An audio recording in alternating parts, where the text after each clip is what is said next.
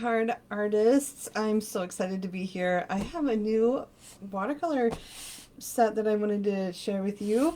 It is the Paul Rubens watercolor, and I just love these colors. They are so vibrant, and it comes in a nice box. It's in a nice little black box that has this nice foam to keep the watercolors from moving around, which is really nice if you take if you do plein air painting or whatever. You can just, I plan on taking this whole box with me and doing some plein air painting when it gets a little bit warmer out. So anyways, I I just enjoy the different colors. I'm going to share how I like to use triad colors. So triads are like primary colors, and there's different, I mean, you can tell there's a bunch of different yellows, there's a bunch of different reds, a bunch of different blues, and some greens. And I'll get into like how I would use them to make some really beautiful watercolors, because you don't need a whole lot, but changing the different reds, changing your different primaries will really give you a different feel. So if I did a high key and bright colors, it's going to be bright. If I do a landscape and low key muted colors, the mood is going to look different, right? So I really like this set for playing around with triads. It's been really fun. Let me show you some of the triads I have used, and then I'll tell you why I think triads are so important. So I did a couple. Here's my high key triad, and that's with the Quin Rose, Lemon, and Cobalt. And then I used, this is a modern watercolor in high key. It's like, this is what the Impressionists used. A lot of, I think of Monet with his gardens in a high key. Modern high key has a little bit more muted. This is a Quin Violet, and then the Earth Yellow, or you could do like yellow ochre, and then this is like cobalt, which is so pretty. And I use this triad all the time. Earth triad, you got your Indian red, your yellow ochre, and your cobalt blue, which is really fun. And then a Praline maroon is a modern low key, like on the piano you have the high keys and the low keys. Same thing with color, but the low keys are going to be more muted, whereas the high keys are going to be more bright and higher in tone value, if that makes sense. It makes sense in my music brain and in my art brain, so if you follow along with me, you'll kind of understand that. But anyway, so with this triad, I also wanted to try different colors that I really loved. And so that's what this color chart is from. And this is all from Paul Rubens. I really am enjoying the muted colors. I call them like the low-key colors, or like I just called it the landscape, because most of the time when I paint landscapes, I paint them in more muted colors. And for florals, I paint in more high-key. So that's just me as an artist. And then, of course, before I did this, I should have mentioned that I cherry-picked a split primary palette of the colors that I thought would work.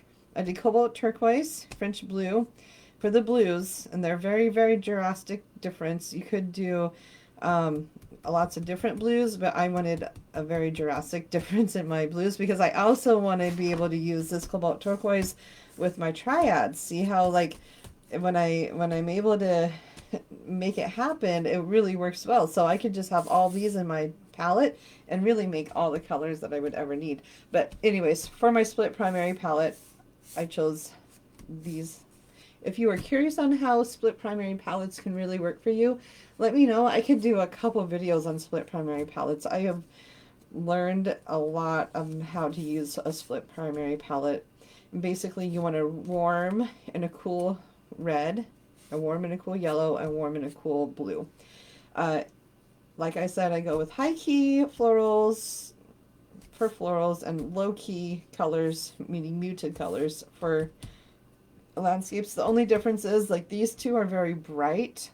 Those are not necessarily low key colors, but I always need a pop of bright colors for green and yellow, so I put those in there too. But you could take those out, and then it would just be a low key, almost split primary palette, because I got my yellows, my reds, and my blue. So that's where my thinking is. And then of course I did a color chart, and I'm loving this Perylene Maroon. It is such a pretty red. Someone in the watercolor card group mentioned how they're loving Perylene Maroon, and I do too. I just think it's just a lovely color. It reminds me of alizarin crimson almost, but with a punch. It's just quite lovely.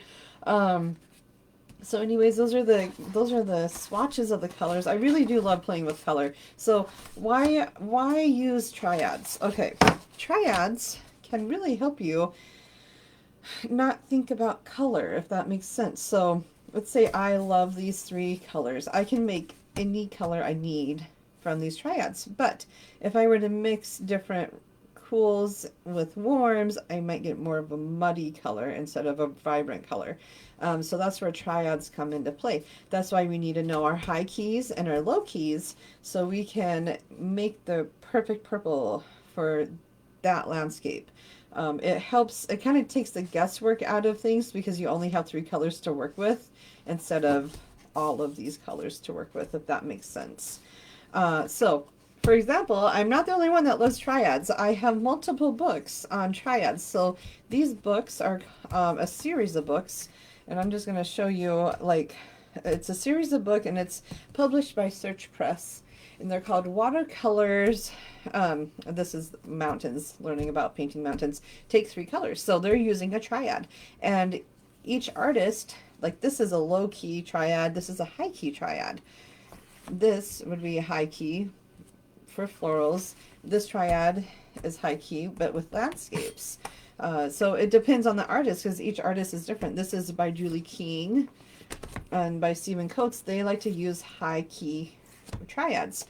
This is by Matthew Palmer, and he likes to use more of the earthy tones. And then I have this giant book all about all the different artists, and they just take a couple a couple of projects from each of these books, and they compile it into this book. So I have a whole lot of different, they're just fun to read, but in here it'll say, okay, you want these three colors, and that's all you need to paint the whole book. It is just a lovely resource. So if you are new to watercolor and you really don't want to have the guesswork, pick three of your favorite, pick one or two, pick a high key and a low key, or just go with your split primary palette and start with those 6 basic colors: the warm and cool red, warm and cool blue, and warm and cool yellow, blue, yellow, and red. So, and then you got all the triads that you need. I learned about all of these triads and the color theory. I did talk a lot about color theory, and I don't apologize because I love color theory. But Confident Color by Nita Leland is one of my favorites. I definitely recommend that book if you are new. And then I also love A Field Guide to Color, a watercolor workbook by Lisa Solomon. This one has a lot of great what does she call them? Like watercolor meditations, color meditations. And so she's like, she'll tell you why making different dots helps you with your color theory. So I check this book out. It's really a fun book, and I know other artists have mentioned this book as well in the group, so I'm not the only one. Anyways, let's get to some of the fun colors that I have. All right, so if I am going to do a triad, I got some watercolor paper to play with. It's just scrap paper that I like to keep. And then here's my triad cheat sheet. I'll try and keep them. Let's start with the traditional, because I really think that I could do a much better job with this triad. Anyway, so we'll start with cad red, and I did French blue and cad yellow. So here's my cad yellow. So oftentimes cad red is also pyro ruby or pyro red. And so these two are completely different. If I were to guess, I probably will go with the pyro red one because that one seems to be more red than orange. And I want orange. I don't want red orange. Does that make sense? And then French blue. So this is your primary color palette. Like you can do almost anything with these colors. Now, if I were to choose like an Indian red or a burnt sienna, my yellow and my blues are going to look very muted and very uh, gray, really. They're not going to pack a punch like these three. So that's why knowing our triads are going to help us paint better. So I will I will put a little bit on. I'm actually going to just put it on my paper. Here's some blue. French ultramarine. This one is called French blue. French ultramarine is also another name for French blue. And we'll do yellow.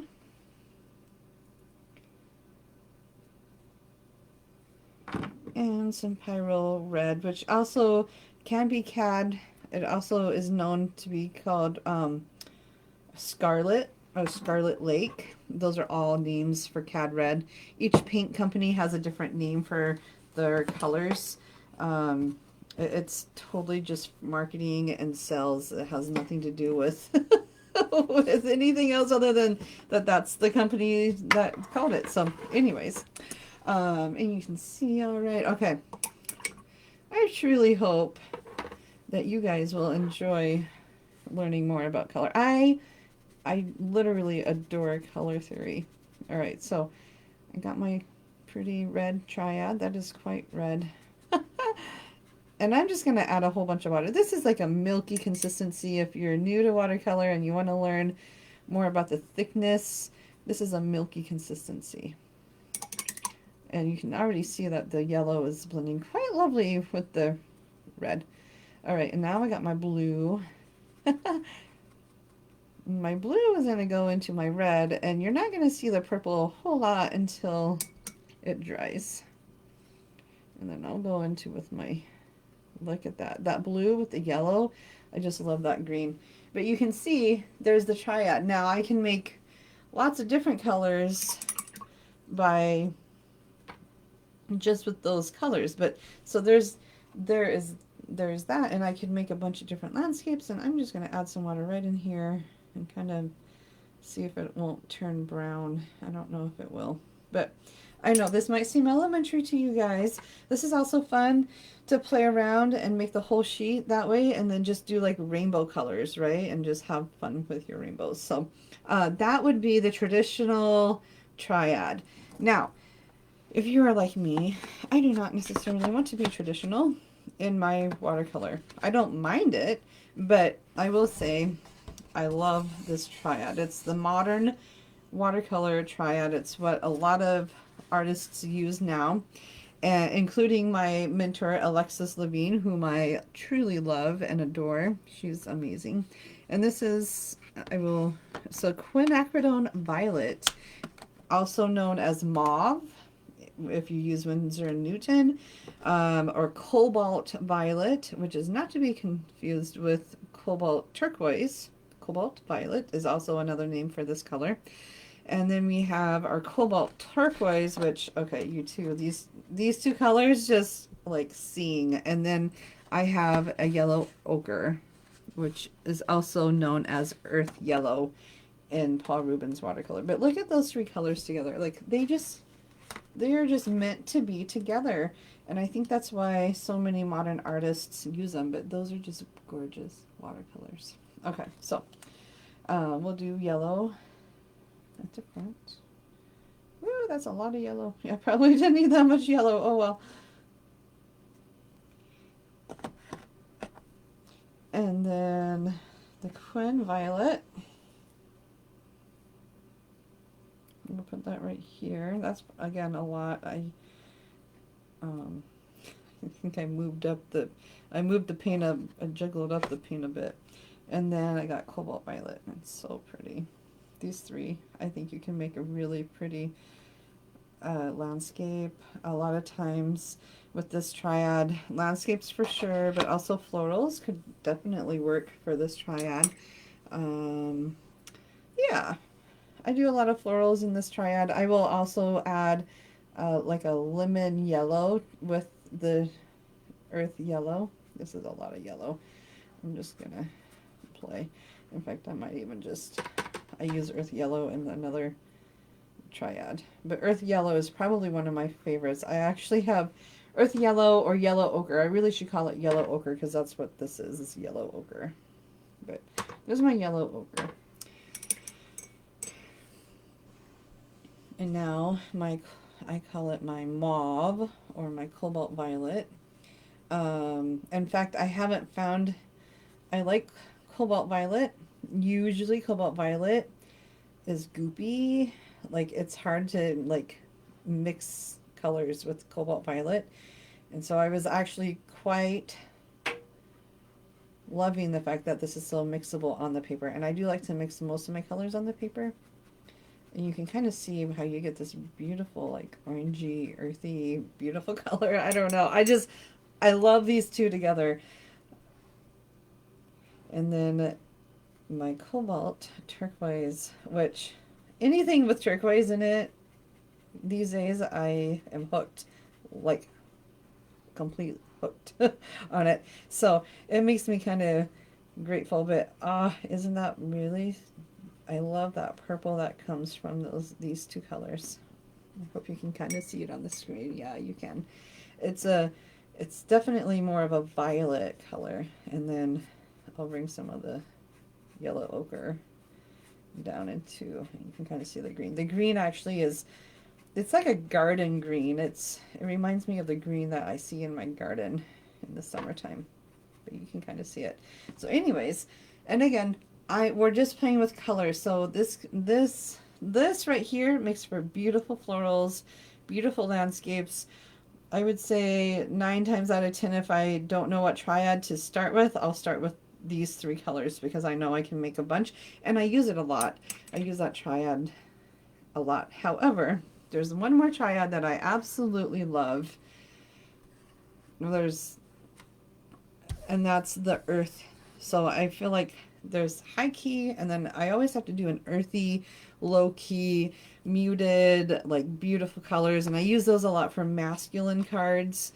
So again, earth yellow, yellow ochre, and then we have Indian red, which is one of my favorites.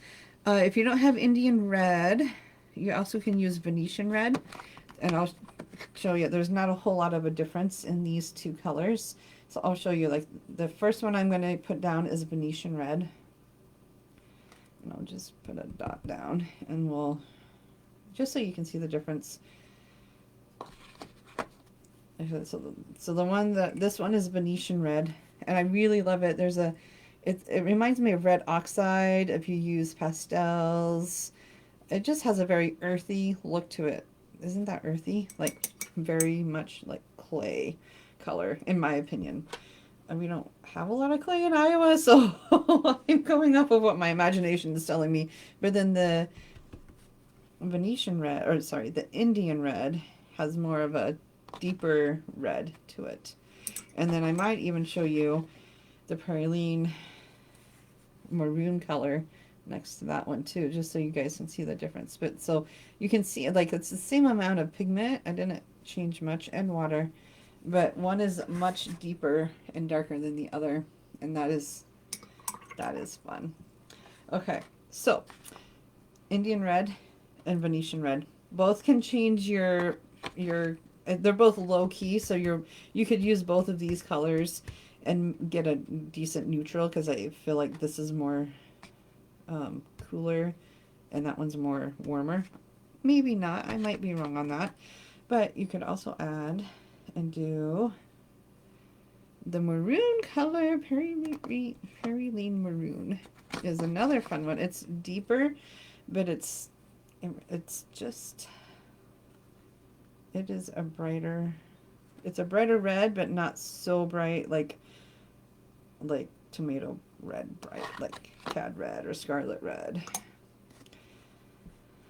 I found these videos to be very helpful when I was starting out, so I hope you guys play with your colors. But so that is the praline maroon red. It reminds me of a rose. I mean, if I'm going to paint a rose, a summer rose, it's going to be this one. But next to this, it looks a lot muted because of the color placement. So anyways, We'll go with Venetian red. Nope, sorry. We will go with Indian red. Indian red is the darkest one. And then we'll go with our earth yellow. So earth yellow, Indian red, and then I did cobalt, which I think would be pretty. Another one that I like to use instead of cobalt, let's try indigo. I really like indigo for these. Now, you might be thinking, "Whoo, those are going to be dark." And they are. They're going to be very dark. You can tell. You can tell just by looking at them that it's going to be a darker, a more moodier triad. So let's see what happens. All right, so I got my, this is indigo. I love indigo, and I love using indigo with sap green. There's an artist, there's a famous artist, oh my gosh, I can't think of his name, in the UK that loves to use indigo and sap green, and I have his book, but Paul Talbert Graves, I believe is his name. Paul Talbert. He is awesome. He does a lot of landscapes, and his landscapes are very moody and muted. Which is probably why I really love this triad.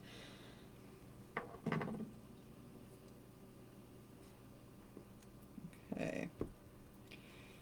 So, and these colors, my gosh, they're just blending so lovely. You don't have to do a whole lot to them. And I like the size of the tubes. Of course, you always have your preference colors, you know, the colors that you think are just your favorite. I have fallen in love with indigo. I almost use indigo in every piece of my work. Somewhere there's indigo. Look at that. Isn't that a pretty triad?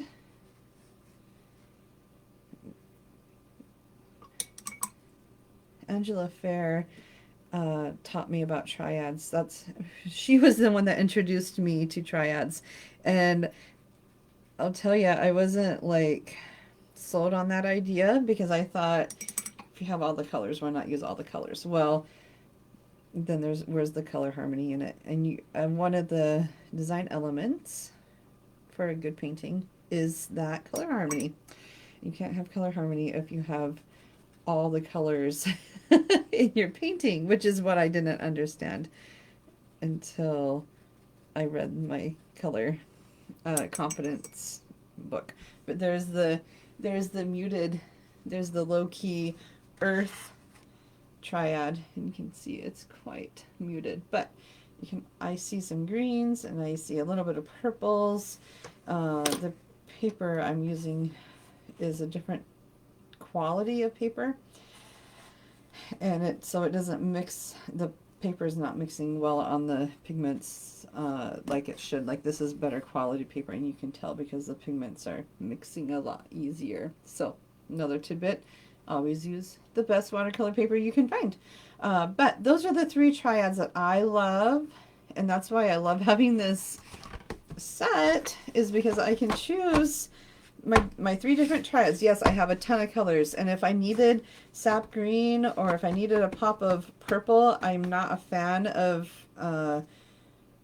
using purple, like mixing my own purple, and I'm not a fan of trying to mix my own orange unless I know how to exactly what I'm looking for. But I'll often use an orange or a purple and then add more reds or more blues to make the purple, you know, go with whatever color I want. But it's nice to have a kit like this.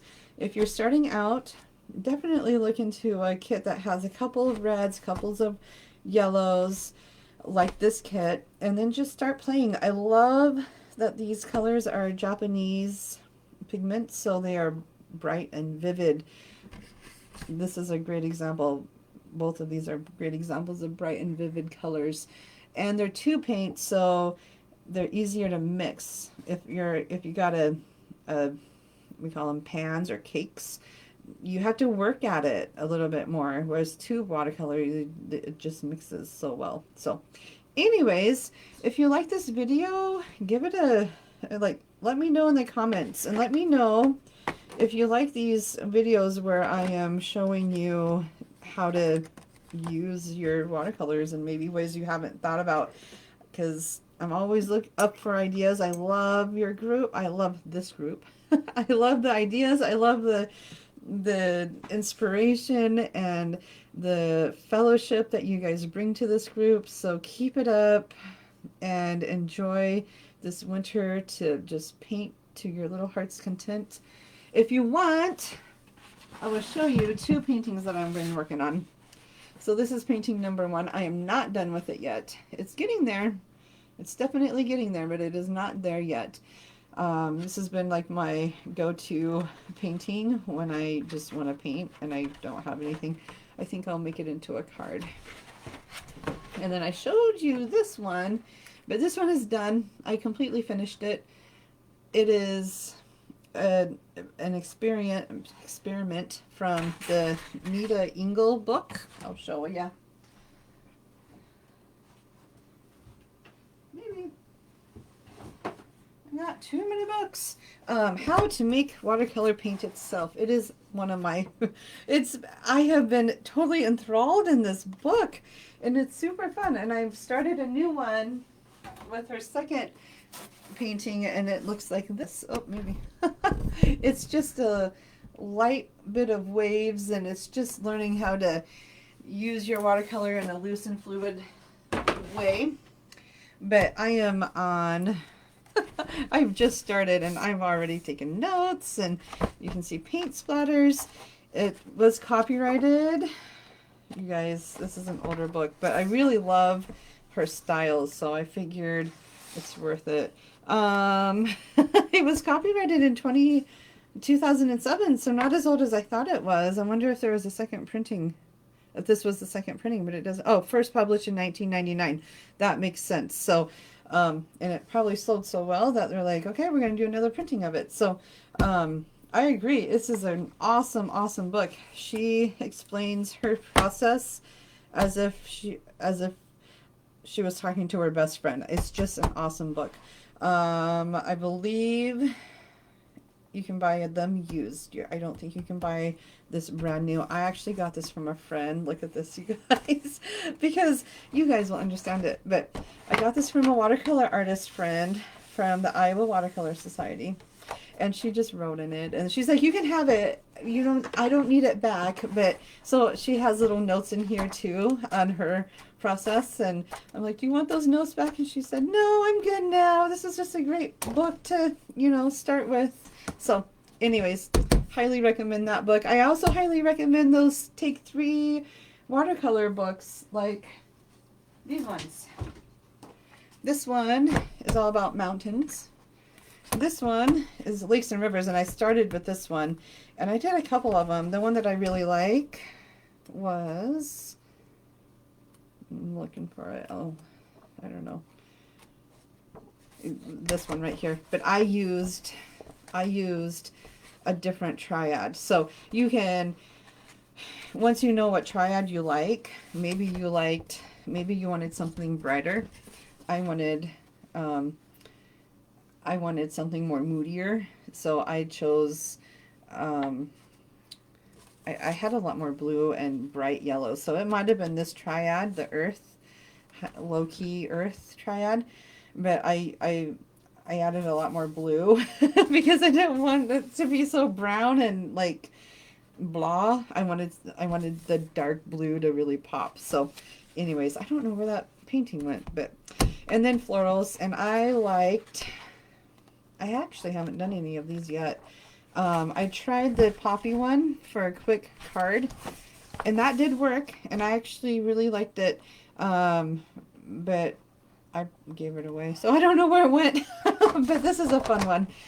So anyways, triads are awesome. The more you know about triads, the more freedom you can have with your paints. So anyways, hope that helps, and we will talk to you guys soon. If you have any questions, I'm gonna stick around for just a second, but if not, don't feel like you have to. I do have to run to the post office and to the school, so I got a busy day ahead of me, but it was good to chat with you. All right, I'm gonna end. Have a lovely day, you guys.